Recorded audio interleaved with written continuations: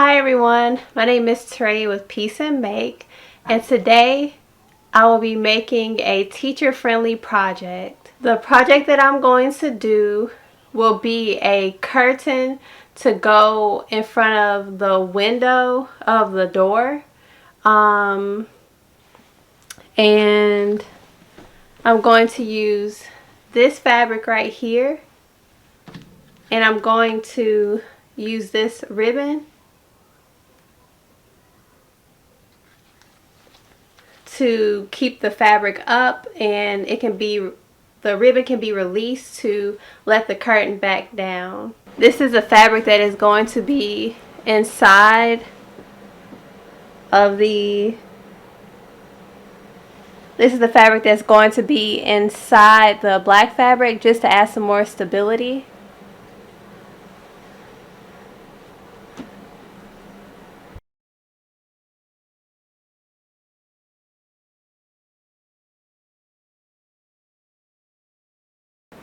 Okay, so I'm going to do a quick sketch.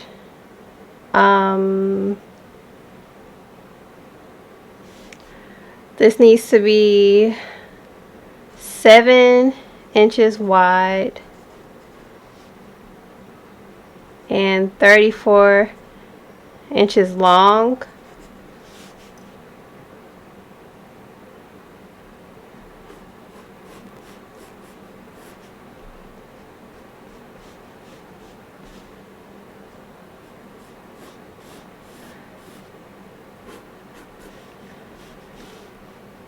So up here I'm going to have 2 buttonholes so that you can hang a hook up, and then the hook will go through this buttonhole and that buttonhole.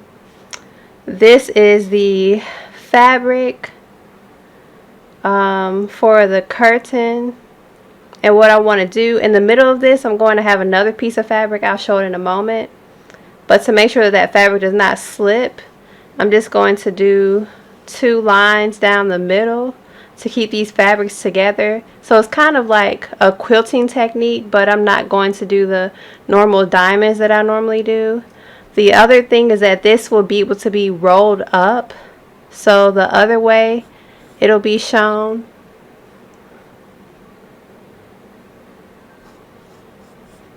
This is a rolled version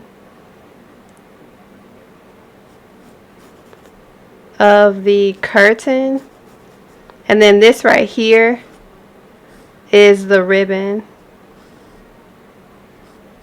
I'm not the best sketcher, but sometimes I like to do this to give myself a visual for what the end product will be. So this is the curtain straight, and then this will be the curtain rolled up and tied with the ribbon.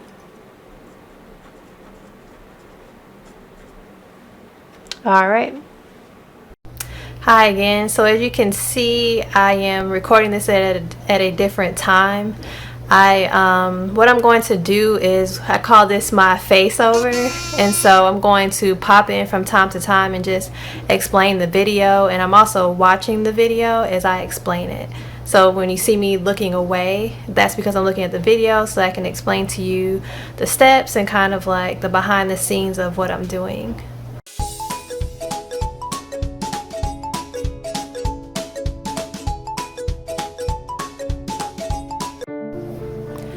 Okay, so for before I got to this point, I'm going to iron this fabric. But before I ironed it, I pre-washed most of my fabrics. As long as it says that I can wash it, I do wash it, because what I want to do is pre-shrink it. Like, have you ever gotten a shirt that after you wash it, it's just like a size smaller? That's exactly what will happen with some of the fabrics that you buy.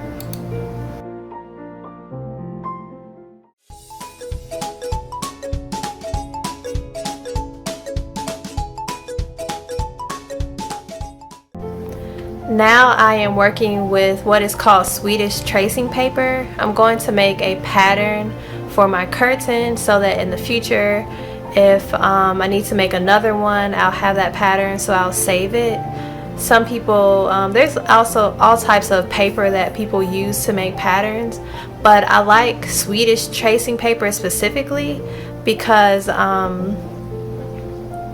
it lasts a long time. Also, like versus when with a tissue paper, it tears very easily, so a lot of times I'll trace my patterns from that tissue paper onto this. Even when I do a PDF pattern, I'll trace it onto this Swedish tracing paper. Also, it's easier to adjust. And then the other thing is that I can see through it, so that makes it like super easy to trace. And I just, out of all the paper that I use, like you could also use craft paper. It's more cost efficient than Swedish tracing paper, or you can use newspaper. I actually started off doing my patterns with newspaper. But with both of those options, you can't see through it. Also, it's easier for me to fold up the Swedish tracing paper and to just place it into a plastic bag. A Ziploc bag is how I store my patterns, and so that makes like way less space instead of me having to hang it up like you'll see sometimes with pattern makers.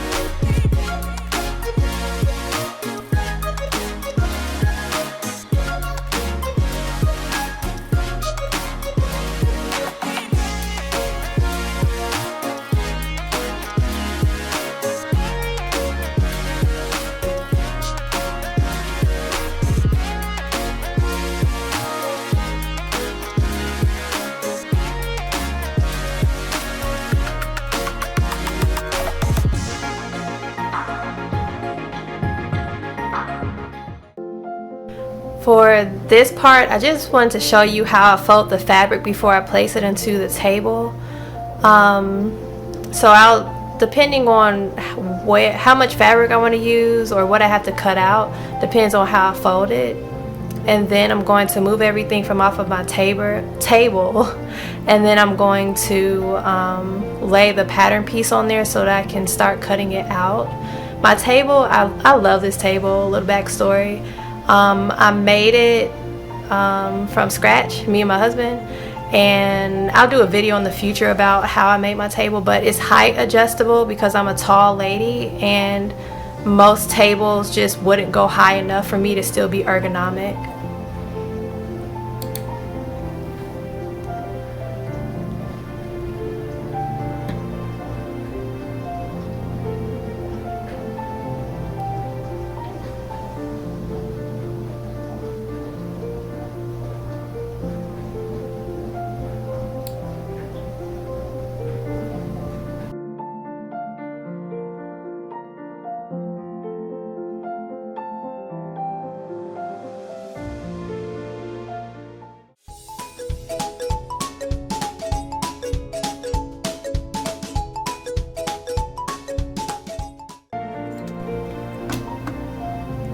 Just gonna hop in real quick. So now I am pinning the pattern to the fabric. Sometimes I use a pattern weight, sometimes I like to pin it. What I'm going to end up doing is cutting this with a rotary cutter, but I like to pin it so that it doesn't shift. Sometimes when I have weights, it'll still shift. I probably need heavier weights, but I'm just so used to pinning because my preference is to use scissors. But when I have straight lines like this, I find it easier to just use the rotary cutter.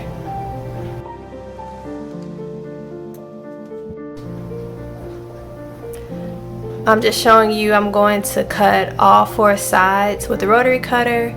I love this ruler because it helps you to cut that straight line. At one point I was using the rotary cutter without it, and I ended up not really using the rotary cutter just because it was so difficult to keep that straight line. It's way faster. I learned this from a quilter who taught me how to quilt actually. So or actually how to read the pattern and to cut out the instructions.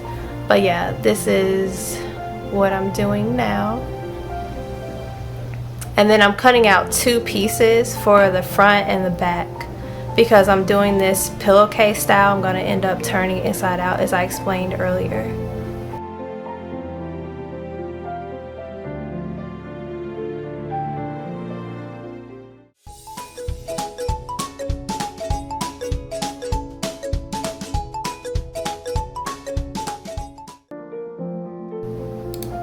Now I am prepping the inner fabric that I'm going to use to stabilize the curtain, because the cotton, it needs some type of stabilizer. So I'm going to use this fabric as like a interfacing. I am going to pin this the outside fabric to the inner layer. I'm cutting 1 piece of that inner layer. Now I am going to cut that inner piece, or the interfacing. It could also be known as a sew-in interfacing. I'm just going to cut that, so that'll make my curtain have 3 layers, 2 outer pieces and 1 inner piece.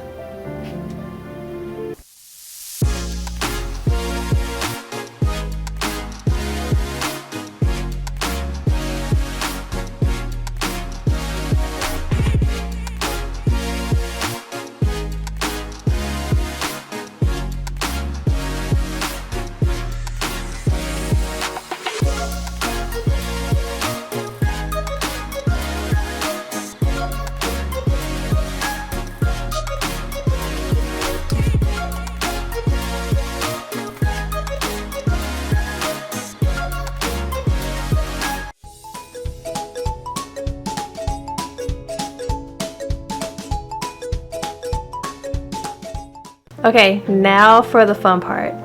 So I am sitting down to sew the pieces together.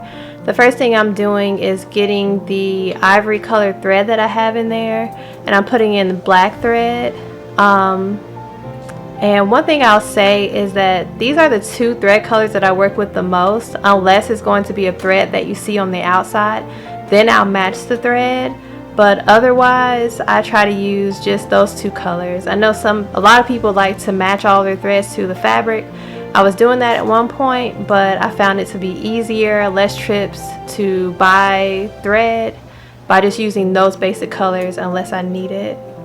So I am going to be sewing this like a pillowcase, and at the end I'm going to turn it inside out.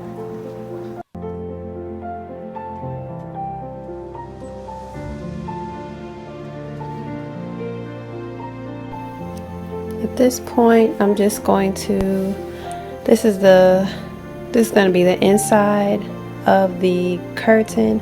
I made this so that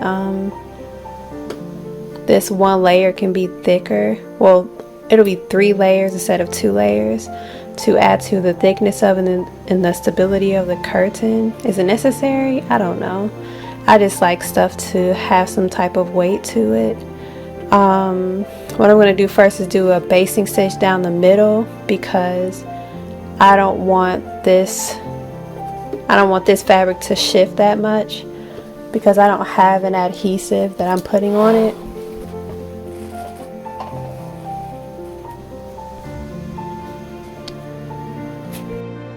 Okay, so I wanted to pop in and say that what I originally sketched was to do 2 horizontal lines, but I ended up just doing 1 vertical line. I actually think it may have been easier to just do 2 vertical lines, because what happened is that my fabric shifted a little bit, but not too bad. So really you could do it either way. Just going to place these right sides facing.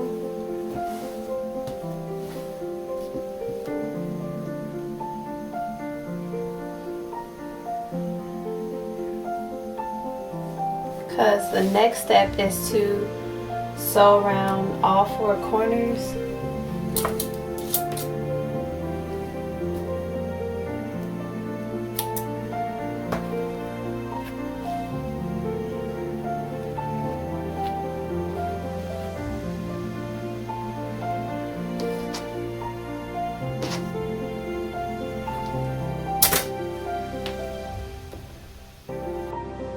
back to the sewing machine. So I'm just showing how my fabric shifted a little bit as I sewed the first time, which is fine. I just use my hand to guide it a lot, guide the fabric through a lot. To talk about my chair setup, so I have 2 pillows to just help my stitching to be more ergonomic, and then I also use my sewing table like this. I have the sewing machine inserted to be more ergonomic as well. There was one point in my sewing where I was sewing not ergonomically, and let me tell you, I had the worst back pain and neck pain, like upper back up here, and my neck hurt so bad. Like, so I started working out. I redid my sewing room to make it ergonomic, and now my pain is gone. Also, I stretch after I sew, so I don't have like long-term pain like I did before. So now I'll just go into what I'm doing here. I'm still sewing up all 4 sides, and then one of those sides I leave like a small opening about this big, so that what you do is reach your hand into there and then pull it inside out, which is also like birthing the pillowcase. I don't know if you just say birthing for birthing the bag, but I do that here as well.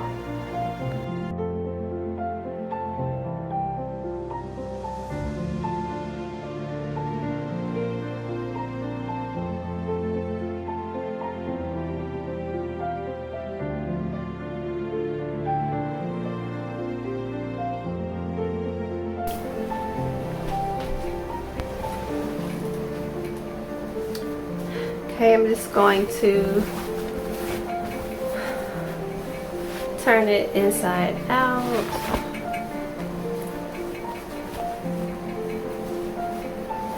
Then I will get the corners out and then iron it down.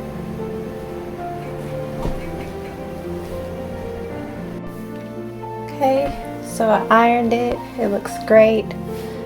So imagine this is in front of a window.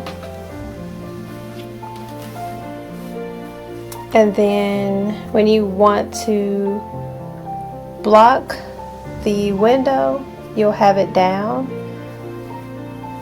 And when you want to expose the window, you roll it. And with this ribbon, I'm going to attach it to the inside here, sew it down, cut it, have a second piece that I'll have on this side. Imagine that's cut, and then you can just tie it at the bottom. This will be attached on the inside as well. So gotta move back some.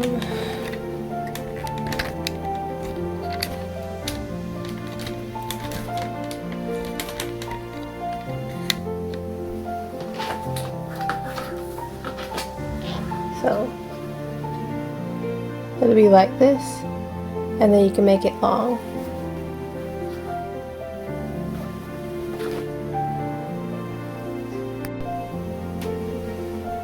So I just want to show you all how it works before I finish sewing it. I just have this pin right now, but this is what it is. You tie it, you roll it up, tie it. Imagine this is a window pane, like a very thin window pane on a door. And then when you want to cover the window or put the shade down, you just untie it, let it hang. So the next steps that I'm going to do, sew this down because it's just going to unravel, and I'm going to sew this down, and then I have to put 2 buttonholes right there, and then it'll be finished.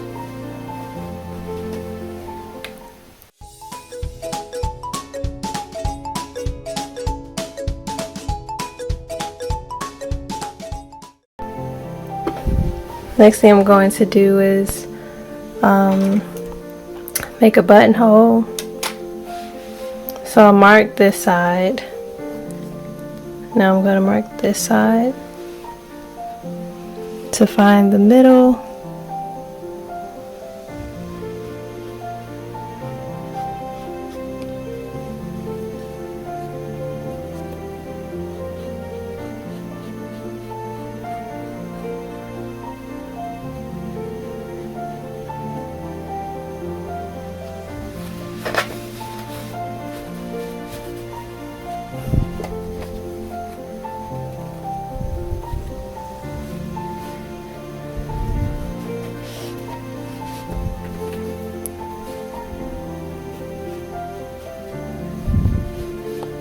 I want my buttonhole to start down here, so it's going to go lower than these lines. I want to figure out what length buttonhole that I want to make with the machine. I have an automatic buttonhole setting on my machine. Okay, so I'm going to do a test run first.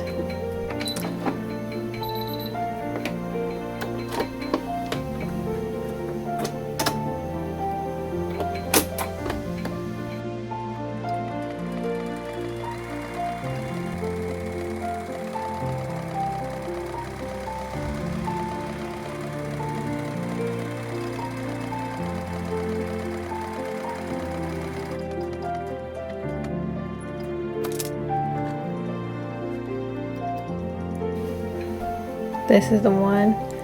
It looks great. Let's do it on the fabric.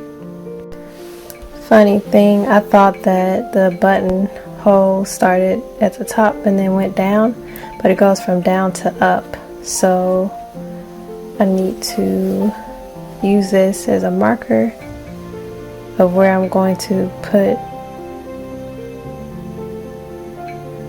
where I'm going to start it off.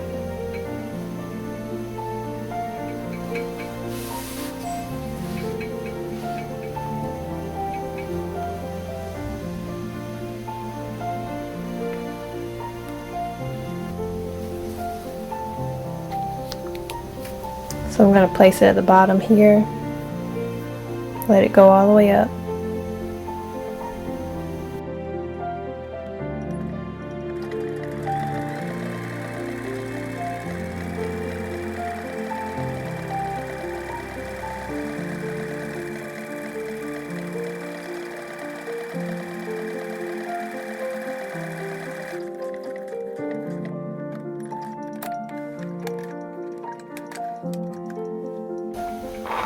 Pretty. Wow, it looks so nice. Oh my gosh. The buttonholes look great. Now I just have to trim it, and then I use my seam ripper to cut down the middle. Then I will be done with this. Have to wipe this off with some water. Comes off pretty easily. There are different methods to open up the buttonhole, but my favorite is to just use a seam ripper. You have to be careful to not go too far with the seam ripper, because what will happen is that you can go through the stitching or the thread that you just put in. So just be really careful with that.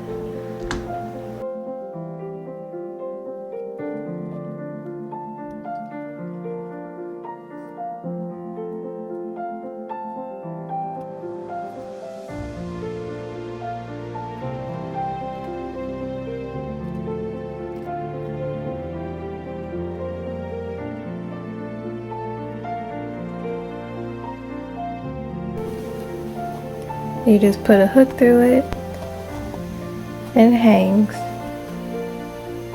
and I'm done. Just finished it. Woohoo! So excited!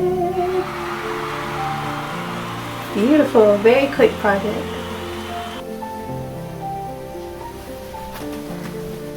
buttonholes.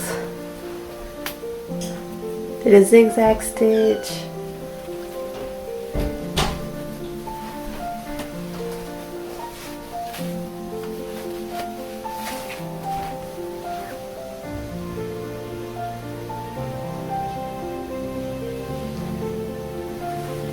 Yay! Hi everyone again. So I hope that you enjoyed this video vlog / tutorial of me just coming up with a pattern from the top of my head to make a curtain for a classroom. I really enjoyed making this curtain. Also, I felt really good about making it because at the beginning of the school year there were school shootings in the state of Georgia, and I'm still praying for those families. By the time I post this, some time has gone by, but I know that the families are still going through it. So if you can pray with me with those families. And this may seem like a lighthearted video, which it is. I'm sorry to make it heavy, but there is a very high level of school shootings these days, and this curtain is actually like super important for our children's safety. And so I'm glad that I was able to contribute. And yeah, let me know if you have any questions about this, if you want to make something for yourself, if you're a teacher, if you know a teacher. Christmas is coming up, so this is a good present for them as well. If you enjoyed this video, please like and subscribe. Also, you can follow me on Instagram. I'm just happy to be making videos. It is such a fun process. So yeah, thank you for hanging out with me. Oh yeah, also to all my new subscribers, hi. Oh my gosh. Okay, my last video, y'all, it performed so well. Like, I cannot believe it. It's still getting views, and go watch it. It is the my sewing summer lookbook. It just talks about all the stuff that I made in the past and me actually wearing it throughout the summer. So yeah, check that out, and I will see you all next time. Bye.